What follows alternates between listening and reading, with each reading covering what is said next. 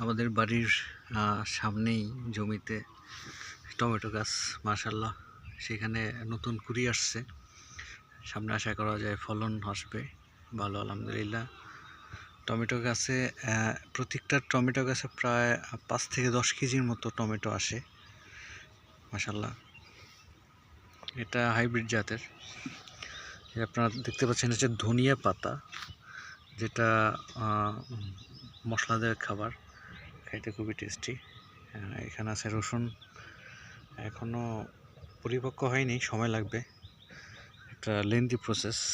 ওই পাশে দেখতে পাচ্ছেন আলু গাছ। আলু এই তো হয়তো 1-1.5 মাসের ভিতরেই সেটা আর কি ফলন পরিপক্ক হবে, তখন মাটি থেকে তুলতে হবে। ওহ মাশাআল্লাহ, এখানে ধনিয়া গাছের ভিতরেই দেখা যাচ্ছে যে 2-1টা সরিষার ফুলও আসছে নতুন নতুন।